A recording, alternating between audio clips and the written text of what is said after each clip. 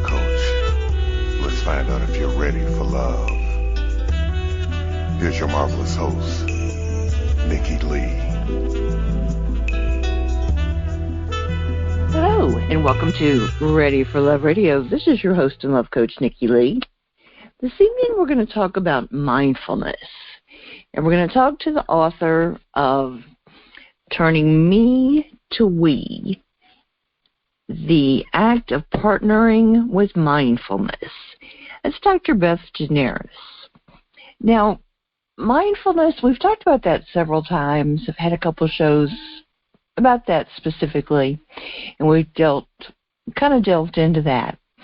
And Dr. Beth is going to give us some interesting insights into that. And we're going to talk about mindfulness and about integrating mind and body and spirit and how that can work in all of our relationships, our family relationships, our work relationships, our intimate partner relationships, and how once we figure it out in one relationship, it works in all of our relationships. We're also going to talk about conflict, how to, whether it be a survivor or a victim. We're going to talk about shifting our perspective. We can talk to somebody, and we can each have our own point of view about something and our own perspective. And even though we can disagree completely, we can both be right because we each have our own perspective about things. And so we're going to talk about codependency and interdependency and whether they're the same thing or whether they're different. So it's going to be an interesting show. We're going to have an interesting conversation about, like I said, quite a few very interesting things. And we are going to have this conversation with my guest, who is Dr. Beth Gineris. She holds 3 graduate degrees, one in business, one in counseling, and Oriental medicine. I would love to do an entire show just on that. She spent 20 years as a psychotherapist, over 14 as a strategic management consultant, 8 years as an acupuncturist. Now, she specializes in East-West mind, body, spirit integrated training to offer solutions-oriented life coaching, parenting skills, relationship development, and mindfulness techniques. This all allows her to bring a unique blend of complementary methodologies and techniques into her practices with clients and her writings. She's devoted to providing supportive, solution-focused teachings that allow people to live a more harmonious and happy life. And isn't that what all of us want? And she is the author of Turning No to On, The Art of Parenting with Mindfulness, and Turning Me to We, The Art of Partnering with Mindfulness. Dr. Beth, it's awesome to have you with me today. I'm really excited to be here. Thank you for having me. Awesome. Like I said, I could come up with questions just that I have about Oriental medicine, but we'll talk about relationships today. Let me see. Transforming relationships. And what I really liked is, as I was reading over some of the information, is that a focus that you do, that I do also, is helping people understand that there's things they can do to help every relationship in their life, whether it's family, whether it's friends, whether it's intimate relationships, and whether it's people that you work with. Once you learn the skills, the techniques, and mindset in a lot of ways, it changes everything about how you interact with people. So I'm really looking forward to sharing some great information with the listeners. Is there any kind of little introductory sort of thing that you'd like to tell the listeners about yourself?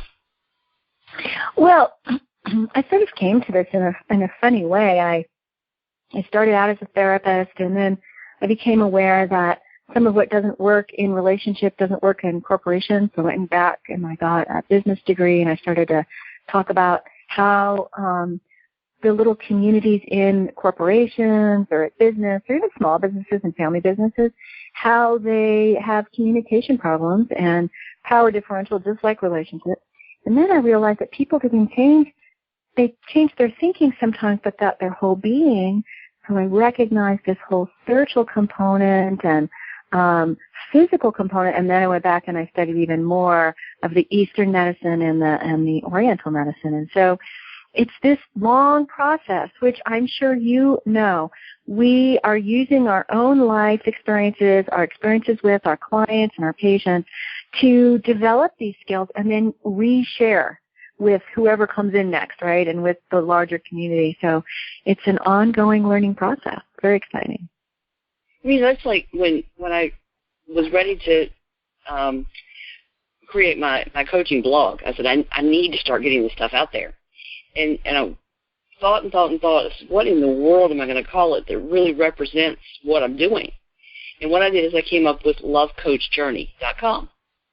And the reason I did that is I figured the training was the first big step. That was the big step on the journey. But the journey didn't end when I finished the training and I got my certification, because there's so many topics I want to keep learning about. And you know, seeing the changes in me personally was a big motivator for me. And every person I interview and every client that I work with, all of it's part of the journey. And and the journey continues, and I keep learning and growing, and it's fantastic. And being able to share everything, that was a big part of the reason for the radio show, is because there's always new things we're discovering, and I'm like, this is a way to share new stuff with people every week. But it's been interesting. It really has. And I completely agree that our life experiences are such a big part of it. It's like, I know with like other love coaches I know, we all do relationship coaching, but it's like each one of us, whatever resonated with us the most from our experiences are pretty much the focus we have, which is great. And then we can refer people to other people that have a specific niche that might be better for them. But it's one of these, and it sounds so corny to some people, but it's like, I saw the change in me, and I felt the change, and I had to share it with somebody else. It's kind of the whole what made me decide to finish the training and to keep pursuing the coaching and the writing about it and all that sort of stuff. Oh, yeah. I mean, we are all, I think that somebody calls about it points of light, and as we each brighten our light that we shine, we're making the planet lighter. We're really up-leveling consciousness, and that's what we want to do. We want to up-level our own consciousness so that we can see more holistically and be able to be in forgiveness and compassion and yet be very strong internally. And we want to help the whole world kind of get stronger. We can communicate better between countries, between political parties, et cetera, right? We want everything to be more positive. Yeah, that is something that's really needed this month. Let me see. All right. So let's start off, because I know the word mindfulness is probably going to come up a lot in the conversation. What is and how do you define mindfulness? So mindfulness is, it seems like it's a very Eastern word in the sense that it's from Buddhism. The Buddhists and people who follow the Hindu religion, they use this concept of mindfulness as mindful meditation, where you sit quietly and you go within and you get yourself into a centered space so that you can see more holistically. And the idea is to identify whatever you're working on or whatever you're looking at within the center of the whole picture. And in Western medicine, especially in psychology, they've used the concept of mindfulness for many, many, many years. They just never used that term. They called it being more centered, or they talked about thinking about things in a more holistic fashion, but they didn't really use the word mindfulness. And so I've integrated these ideas from Western medicine and from Eastern medicine, and I use some of these ideas when I'm talking with families. But mostly what we're talking about is just we're changing our paradigm and our perspective. So we're changing the way we look at things. We're looking at it from an inverted perspective or from the other side, rather than getting stuck in one way of seeing everything, which can be very tunnel vision and create some problems for us. In any relationship, like I said, whether it's with family members or work or intimate partner or whatever, just stopping and looking from it from their perspective is so beneficial. Because no matter how close we are to somebody, we do have a different perspective from what they do, to help us to see what they're thinking, how they're feeling, especially if there's an argument or disagreement sometimes. Because it can be, well, but I know I'm right. Well, maybe not. Just to think about their perspective. Sure. I mean, really, we are right from our own perspective. We're all right from our own perspective. I like to use this picture of that looks like a bunny from one. If you look at it where it's facing to the right, it looks like a bunny. But if you look at it when it's facing to the left, it looks like a duck. And I use that as my example, that both people are actually quite right from their own perspective. The issue is it universally the only perspective? And oftentimes it's not, because our picture of the world, and I use this big word paradigm, but what I mean is the way in which we see the world, our viewpoint, is a function of where we were raised, what kind of religion we belong to, what historical groups we belong to, experiences in our life, things that happened to us, what we observed in our parents and in our siblings and in our friends. And so it's very personal. So we all have our own perspectives, and it's very important to see where our perspectives connect when we're talking about relationship, because then we can really work on how we can agree. Right. Very true. Now, your book is called Turning Me to We, The Art of Partnering with Mindfulness. What does turning from me to we mean? So when I came up with these titles, I came up with, I've written a couple of books. One was called Turning No to On, The Art of Parenting with Mindfulness. And I was talking about moving children from that no stopped position to a yes, or from an off position, like they're not interested, or apathetic, to an on position. But what I liked about the no to on is how it's reflective, right? When you have no and you see the reflection of that, it's the on, right? And the same with turning me to we. Me is the M, which would reflect the W, me to we. And I was going for this concept of reflection because I wanted people to understand that oftentimes what's happening in their relationship, what's happening in their life, or how they can change it is completely within themselves. They really do have so much power. So if they're willing to look within and understand how what's happening is a reflection of what's going on within them, they've got so much more power. Additionally, with the me to we, I was going from people being more competitive and narcissistic, which is what I talk about when I talk about the me, I, and we, which we can talk about together if you'd like, into being more collaborative and connecting, which is more the we. So I have it linearly, me, I, we, and I also have it in this kind of reflective component of looking within to make those changes. Interesting. I like that. Okay. Yeah, I was noticing in some of the notes about, shifting from competitive to collaborative. I love that because there's, and this is something that I think authors actually get a lot more than a lot of other people, and I was fascinated to find this as I was networking with more and more online, is the kind of we're all in it together kind of attitude. There's so many people that have a product or service they're trying to sell that just see everybody as competition. But authors are really good about jumping in and helping each other to promote one another. We're getting our name out there when we do it, but pitching in and working together and seeing how they can all kind of join forces, to help each other and that sort of thing, which you just don't find with everybody, especially in business.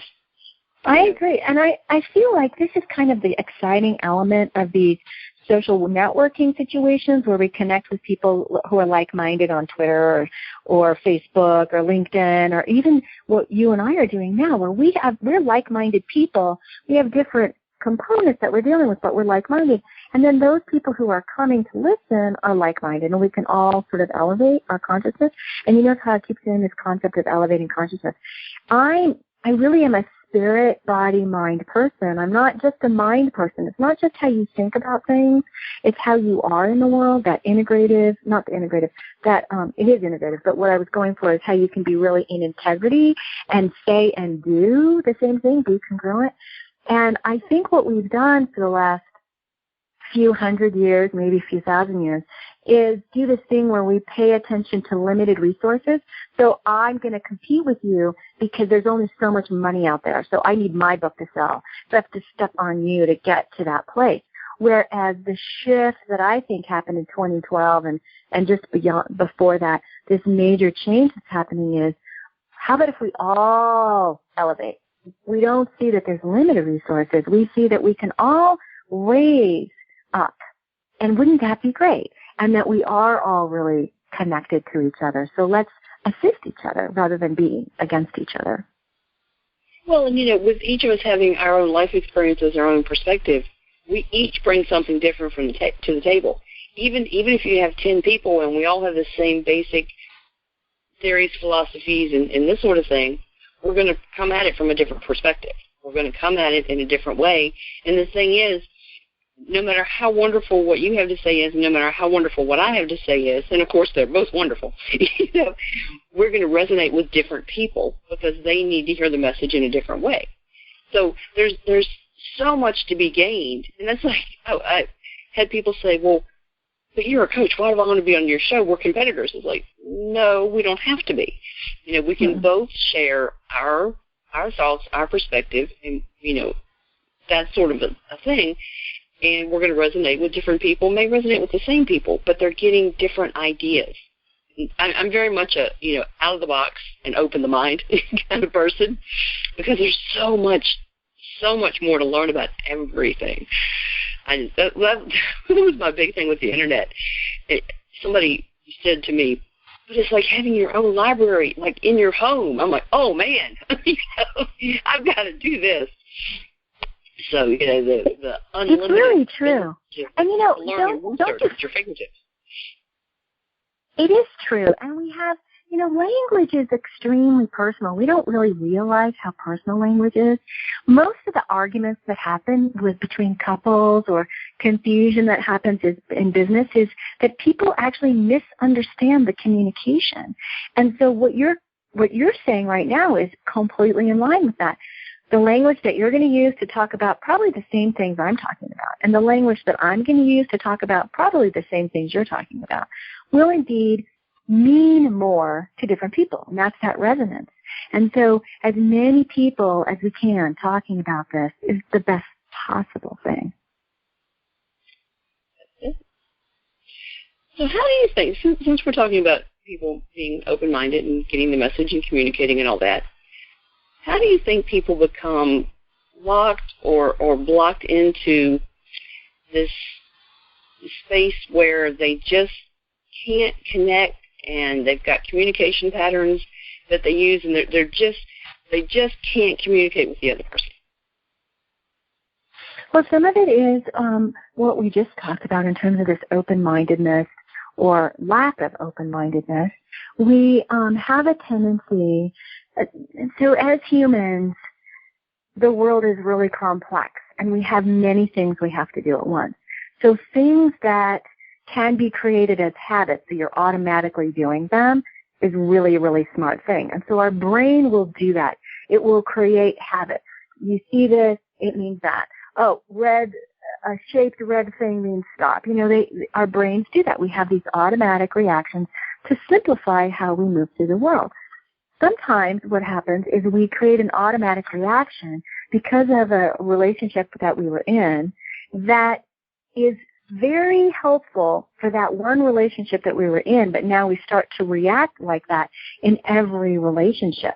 And that can get us stuck in sort of what I call a habit reaction patterning, or a survivor scenario, or a victim scenario, or some scenario that says, when something is happening in this way, I have to act this way, and it's automatic. So rather than looking at the situation and staying in the present moment, seeing the other person more in the now as the whole person they are, we react to them. And that's how we can get stuck in these sort of habits of reacting.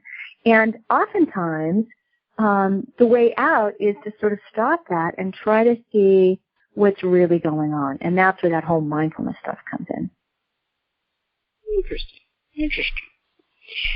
I was making some notes about what I want to talk about, and one of the things that is a big focus with me, and I actually have an entire 12-part program about this, is about looking at your own personal development first.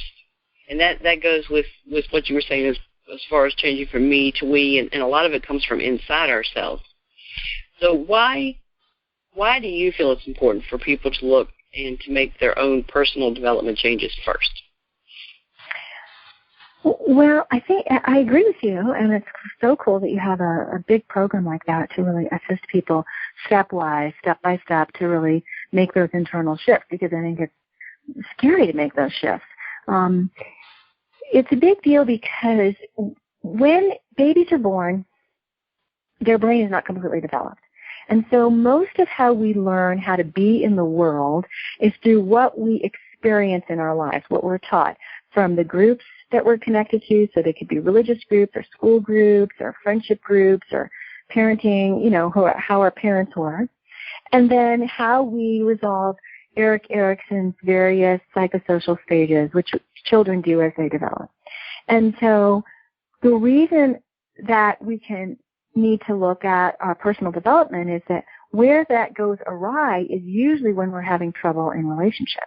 Something didn't quite work right, or we have some sort of injury or trauma, or we learned something that isn't really universally translatable. You can't really necessarily use it everywhere. It was just affected in that one relationship. And so if we can go within and understand where things maybe went awry or what our belief systems are that we may want to shift, then it allows us to be much more open-minded and much more able to collaboratively create a relationship that's mutually satisfying. Mutually satisfying. I like that too. There's something about there's some people you talk to, and one of the first things they say is I want to see my partner happy. What do I need to do to make them happy? And the thing is, if they can both have that mentality, and then are focused on making the other person happy, and it's amazing how making a person you care about happy can make you so happy yourself. Not even if maybe you're not getting exactly what you think you need at the moment, there's just a certain happiness and pleasure that comes from seeing somebody that you care about happy, and especially when you know that you did something to make it that way. It's kind of like the opposite is when you know you've done something that made the person unhappy. So. It's true. It's true. Although, I think that we do have different ways of showing how we care about each other. And so sometimes we have to learn that somebody is showing us love. It just doesn't feel loving to us. And then we might want to communicate to them. So if you do it this way, it feels more loving. And when you do it this way, even though you're attempting to show me love, it doesn't feel very loving. And those kind of conversations are super important, right, to increase that mutual satisfaction. The more that we feel happy when we're in relationship, the more likely we will create happiness with our partners. And we can negotiate those things that don't matter so much, especially if they do make the other one happy. It's just that we don't want to sell ourselves out when we're trying to make someone happy, right? That's that codependent sense. Very true. Kind of like forgetting who we are. I have a real issue with people that think or act like you have to completely, what's the right word? You have to be so completely submerged in a relationship that who you are is a non-issue at that point. It's like, well, I mean, you may feel differently about that. But it seems to me I agree with you. So when I was talking about earlier, when I talked about the me, I, and we, kind of that linear concept of moving from me through I to we, that kind of relationship that you just described, where they're just completely involved with each other, and it's almost like it's two halves that make one whole, which is somewhat codependent. Those kind of dependent relationships, they actually are not very mutually satisfying. The individuals are always waiting for the next moment when they have to be proving their love, or is the person still approving of them? And it doesn't seem like they're able to really develop a sense of individual self. So we is where there are two holes, two whole people, so I'm talking about WHOLE, two holes that overlap, kind of like a Venn diagram, where there's that center part, which is really the couple or the partnership, and then each person is also got things that really matter to them that they're really pursuing. And that's really the most long-standing, those are the relationships that will really last a very long time, because individuals can grow and change, and their relationship can grow and change, but they can stay together. There was actually a big conversation about that on the talk a couple of weeks ago, about whether it's right or healthy to expect everything you need to fulfill you as a person from your partner. And I think it's unrealistic. Don't you feel it's unrealistic to expect that? Yes, I do. But, there are people that feel that way. They're like, well, I married this person, and we're together, and so they need to fill every need that I have. That's putting an unbelievable pressure on that person that one person can't do.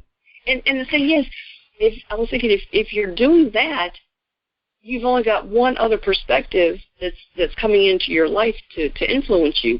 Now, turn that around to having, 5, 6, 7, 10 people that are all contributing in some way to the needs that you have in your life. And whether it's, I'm not talking emotional needs or that sort of thing, but there's just various things that each of us needs in our life. And if that comes from different people, think of how we're expanding our horizons and expanding the things that we're opening ourselves up to. It just seems like that's so much more healthy. I'm not saying let anybody into your life. I agree with you. I find that people who need everything from their partner get to be enmeshed, and they really do become overly. There's a power issue in play that's not very healthy. And I say that only because of what I observe in couples. The couples that last a very long time, that seem to do very well, have certain have-to-haves that they need to have in their partner. And then the things where their partner don't meet some of their needs, they get that outside of the relationship, but not important aspects of a primary relationship, just other things. Like, let's say I'm super creative and my partner isn't. Well, I might find somebody else to go and do painting with. I don't have to go painting with my partner. Or I really like to do exercise and my partner doesn't. Well, fine, there's somebody else I can do that with. It's more about how do we keep growing and yet stay strongly connected to our primary relationship. That's it. And the thing is, a relationship is going to change and hopefully grow over time. And both people, or for other relationships, any person that's involved is going to have to be able to grow and change. And it, like I said, it just the mentality that I've seen with some people that you have to be 100% with a partner all the time, totally in sync. Everything you need comes from that person. That just, like I said, that just strikes me as just so unhealthy. And you're limiting both of you in so many ways. Right. I agree with you. I noticed that one of the things that when I looked at your site, you talked about being a master sexpert. And when I work with individuals who are not in the same place sexually, one person may be much more interested in having sex daily, many times a day, and the other person is less interested and more interested in being close or doing other kinds of connecting things. I like to talk with the couple about what is the issue that, who has the strongest level of need, and where are you crossing a boundary of self. So if I feel traumatized by someone needing to have more sex with me, then I might set the limit space. I would have to figure out ways to be able to help my partner meet his or her needs, but I would be a limiting factor in terms of when I start to feel accosted, right? Whereas the other person, if that person really feels like their partner is just not wanting to have sex ever, then you have to come back and say to the person who just doesn't want to be sexual at all, well, how are you going to meet this person's needs? If the relationship is going to continue, the people are going to stay together, So it's always about looking to see who's going to be most harmed, right? And so it isn't that we can meet every single one of the needs of our partners. It's more about how do we mindfully, healthfully look at how can we negotiate, not compromise, but negotiate a space where we agree on how love can look for the two of us. Very good. Yeah, mismatched libidos is one of those topics that I really want to do more research on and put information out there, because there's so many people that are dealing with that. Well, that have that situation going on in their relationship and just don't know how to handle it. But I like what you said. That's very good. See, all these neat little notes I make when I'm doing these shows. It's fun, right? We can help each other. See, listeners, it's okay to take notes. And to go back and listen to the show again. I do that sometimes too. I'm like, wait a minute, I missed something. Oh. So, what do you think, and we've kind of talked about this as far as codependent. Well, I'll tell you what, interdependent relations is one of the things that is listed on the information that I was looking at for you. Do you see codependent? Because I think a lot of people understand the concept of a codependent relationship. Do you see codependent and interdependent as the same thing, or are they different, and if so, how? They're very different. They're opposite of each other. So codependency is the opposite of interdependency. And the way in which I interpret those two words, and I work with those ideas, is that I think of healthy relationships as being people who have really healthy boundaries, a really strong sense of inner security, and really a good sense of empathy. Individuals who are codependent cannot usually see the other point of view, or, especially if they're narcissistic, or they just live the other person's point of view. They never bring themselves into the picture. And that's that concept of two halves that make a whole. And they generally, people who are codependent, don't have boundaries between selves. I am you and you are me, which is an unhealthy relationship. Even if people think that's what they want, that would go back to, well, that's because maybe as you were being raised, that's what somebody told you love was. But that is actually not healthy, because I am me and you are you. And when we're going to be interdependent, I can depend on you and you can depend on me. But it isn't always one way or the other. And we have flexible boundaries. I can see where you end and I begin. I can see where I end and you begin. We have these boundaries and they're flexible. I can pay the bills for 6 months while you're sick, but I can't take care of you for the rest of your life. Unless there's some specific reason that that's the case. And so they're very different, codependent and interdependent. And so the interdependent picture, if you're going to look for a visual, are those two circles that overlap, and in the center is the couple, and on either side are each individual. I like that you have all the visuals. That's good. I think visuals help, right? I really do. I think they're just so helpful.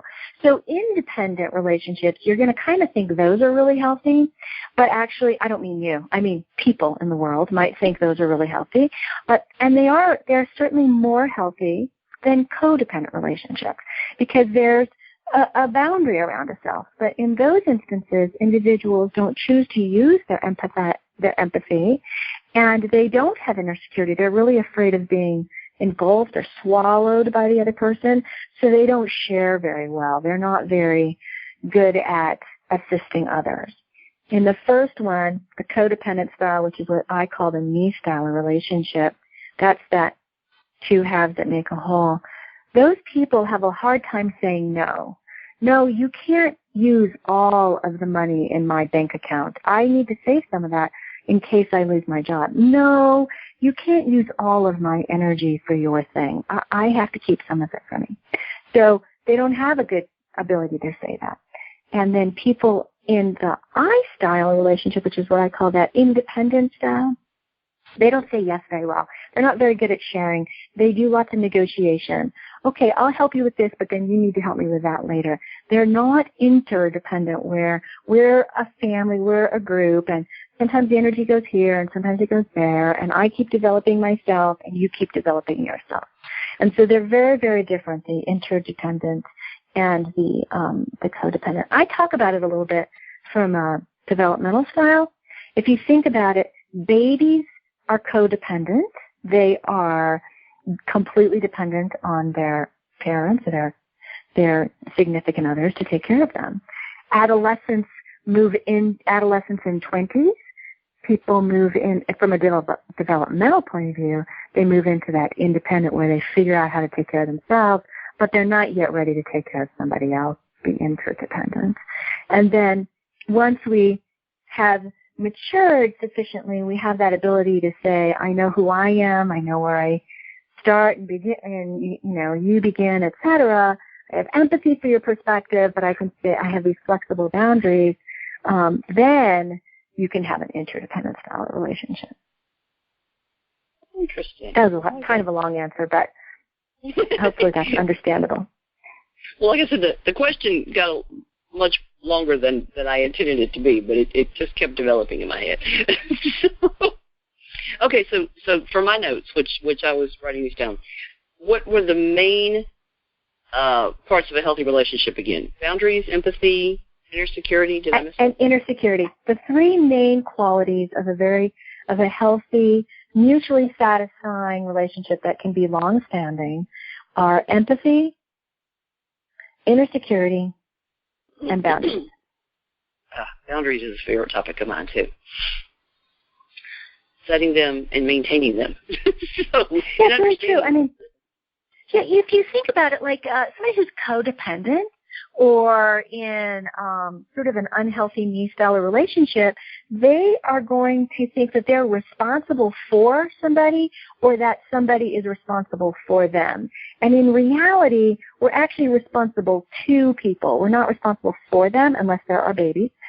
And they are responsible to us. In other words, if I say, I am not going to have an affair, I don't.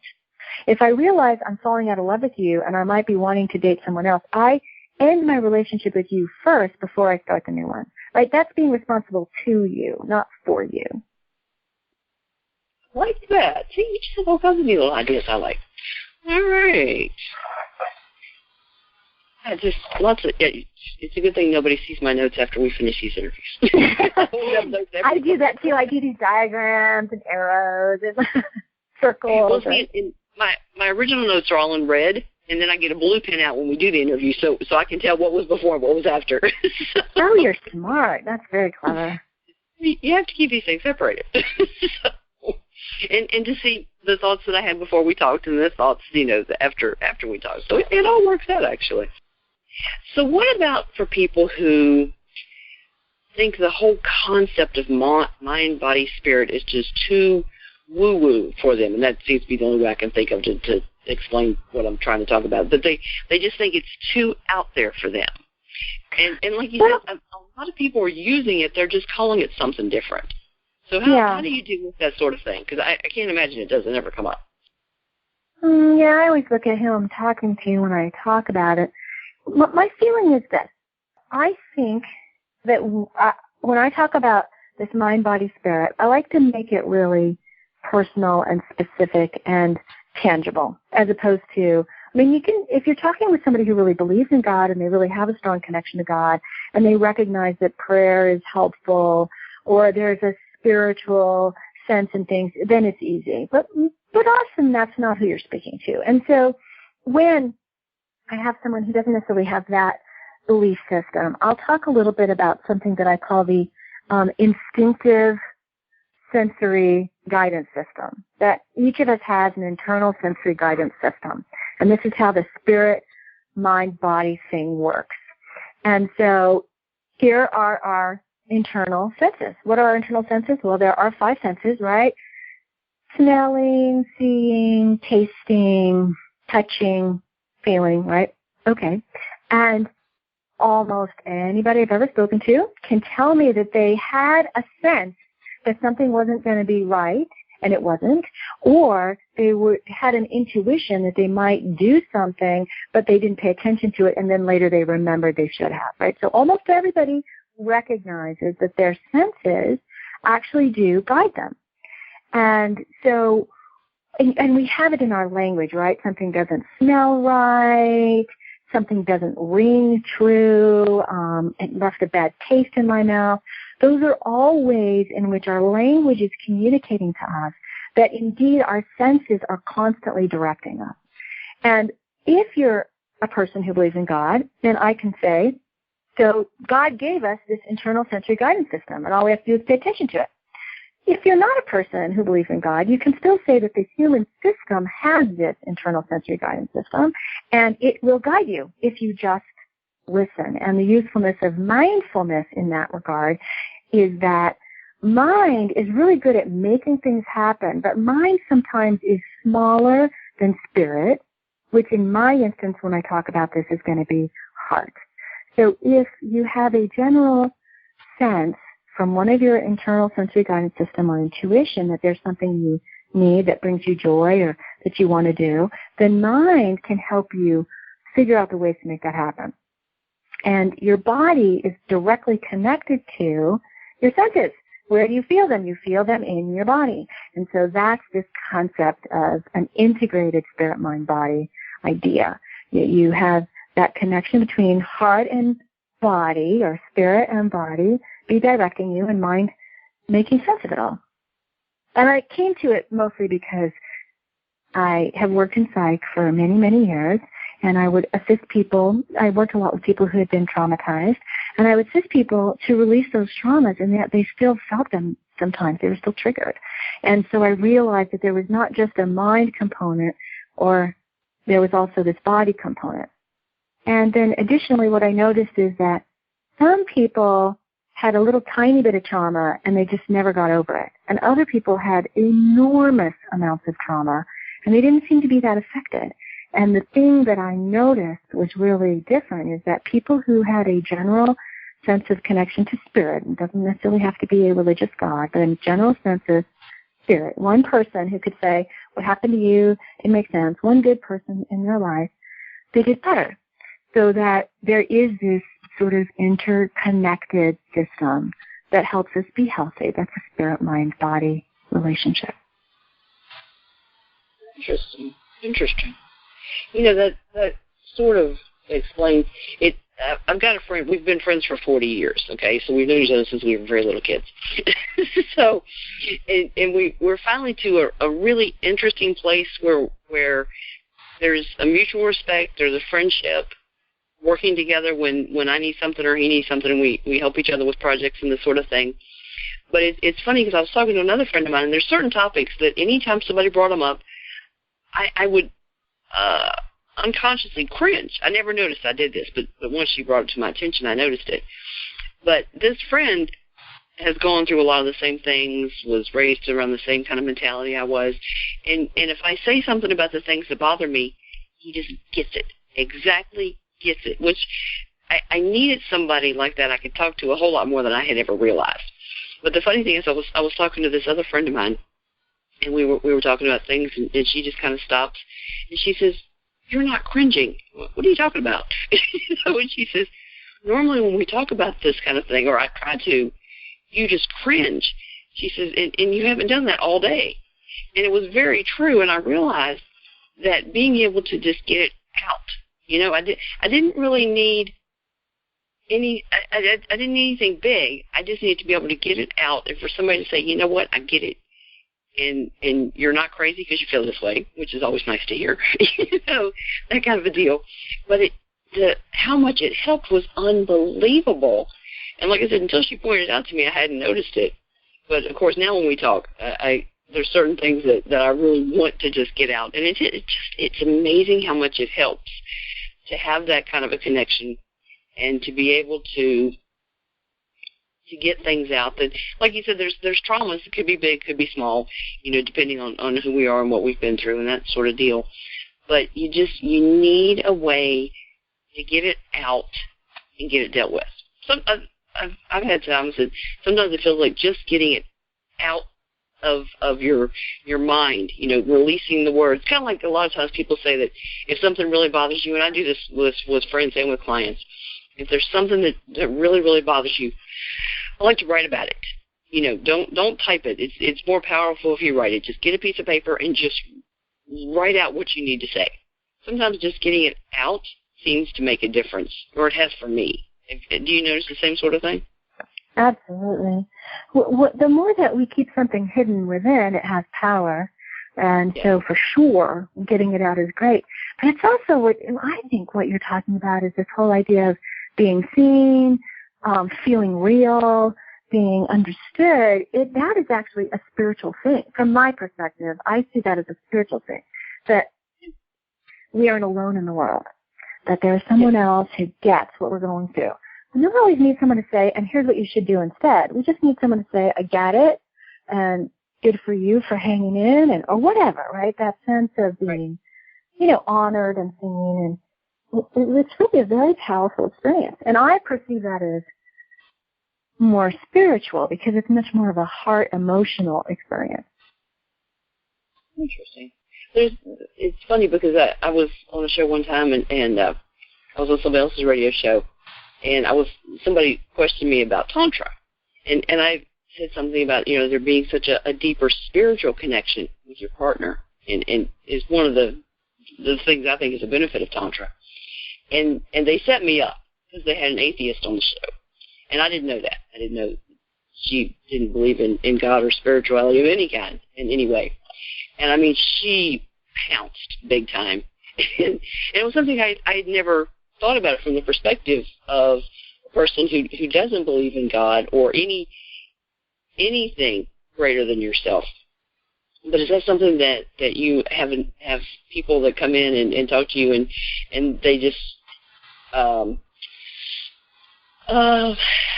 have a negative or just a dismissive view of anything that you might classify as spiritual, on a spiritual level, that sort of a thing? Certainly I've had individuals who have that perspective of the world. And what I usually do when I'm working with someone like that is talk to them about how do they find meaning then, and what's the purpose and what's their sense of things, and rather than trying to prove my perspective, because that's not that beneficial. I just try to find where is their sense of meaning and then apply that.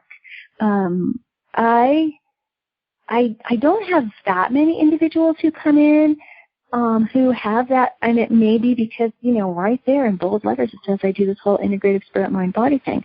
So they're going to end up accidentally in my practice. Do you know what I mean? Because they aren't going to seek me out. I'm already speaking about something that they don't believe in. And so I think that may be why I don't bump into it as much.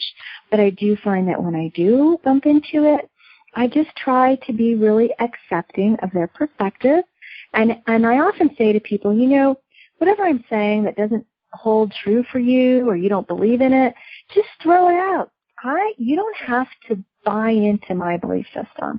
My whole goal is to assist people in just being happier. So whenever there's information that I'm offering that doesn't quite fit into their system, I really encourage them to tweak it however they need to so that it's beneficial to them, as opposed to us getting into some sort of adversarial role, because that's not really that helpful. And so that's kind of how I work with that. Very true. I've got several books I wrote that are nonfiction books, and I said, there's a whole lot of suggestions and ideas. Don't implement them all. You don't need to. You shouldn't implement them all. Take the ones that work for you, that fit what you're willing to do, what you're able to do, and then use those and move forward. Because, everything isn't going to apply to each person. So give them lots of things to work with, and then find the ones that work, and find a way to communicate between the two people to accomplish what you need to.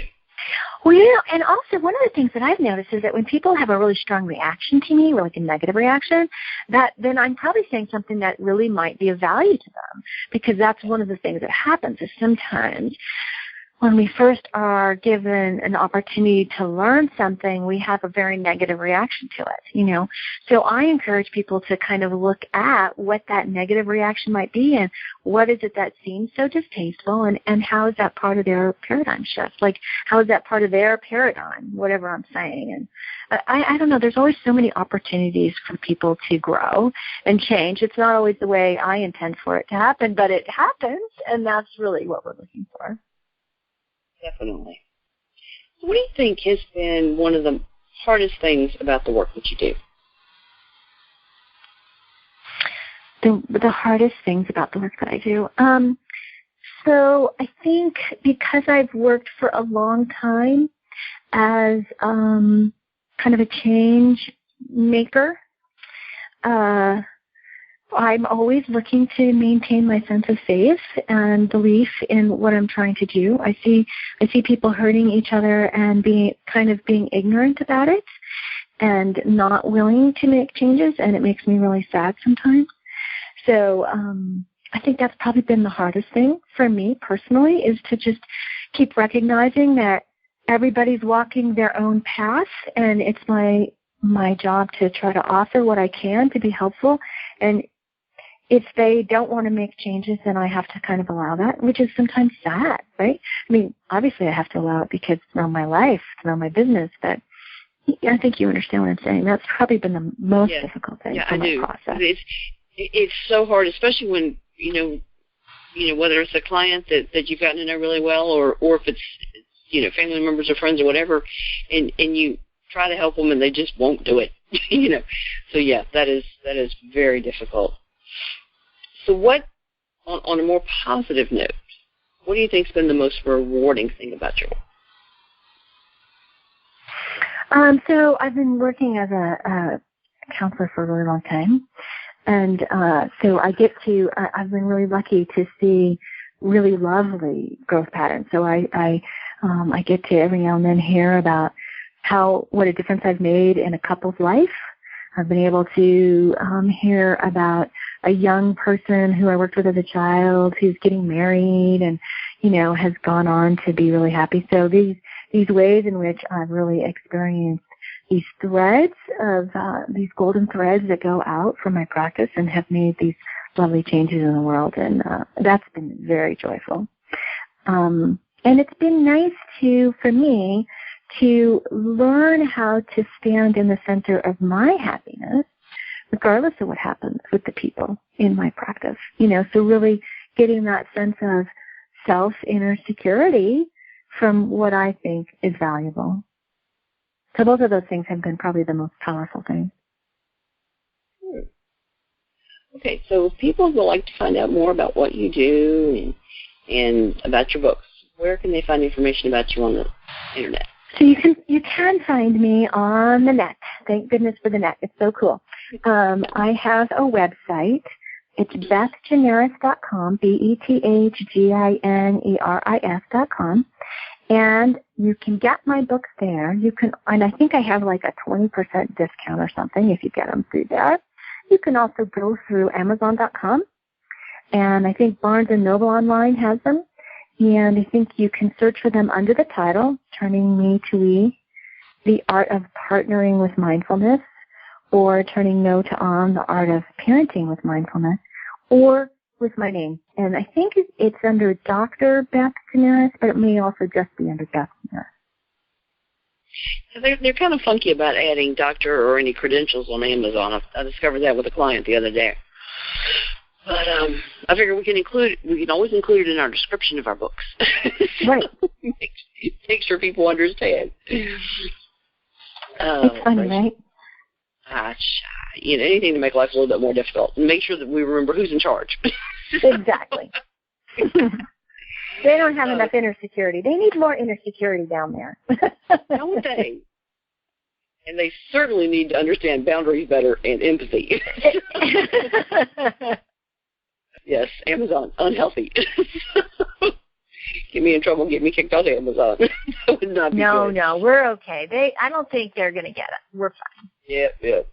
I don't know. You never know what they're going to do next. Oh, so tell me just in closing, and just to kind of give give listeners a little food for thought. Who is the ideal person to read your book? Who's going to benefit the most?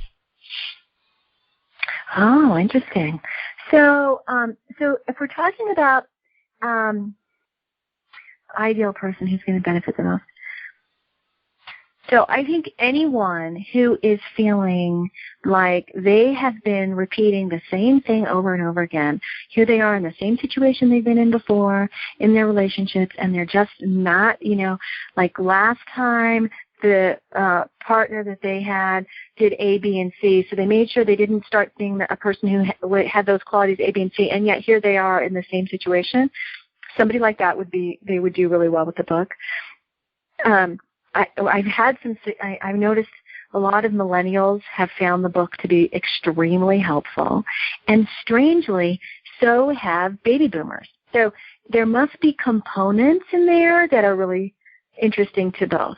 A person who is really interested in gathering information, because the Me to We book, when I think about the two books, I wrote the parenting book first, and it really does talk a lot about how you become the kind of parent you are. It's not just a supportive book.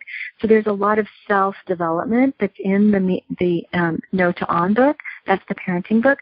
But the Me to We book actually has a lot of psychological information in it, written in a way that's very understandable, but psychological information about temperament, and then my system of maths, which talks about the insecurity drivers. So there's just a lot of meat in that book. And that's the first half of the book. And then the second half of the book has a lot of really great techniques and ways that you can help yourself just be happy in your relationship. So people who'd be interested in a lot of meat like that, like they really want to learn more, would really like that book.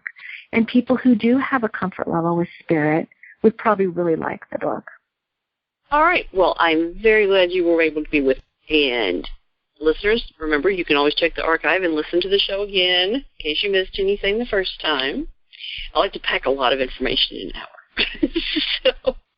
And if you'd like more information about Dr. Beth, I'll give you her website one more time. Dr. Beth Gineris, and you spell her name, it's Dr. BethGineris.com. And the show will be archived on my website. It'll go live as soon as the live show on Thursday night goes off air. And that will be at www.lovecouchjourney.com/me2we, METOWE. And you can go right there. The show will be archived. And you can listen to it anytime. And always remember, I'm also on the largest podcast directories. You can get it there. Just search for Ready for Love Radio, and all of the recent shows are going to be there. And I'm putting the older ones there as I get the time. So, and also, if you want to, feel free to click on the link on any of my promo images, and also on my website to subscribe, and then you'll be notified every time a new show goes live on the website. So I look forward to having you with me next time on Ready for Love Radio.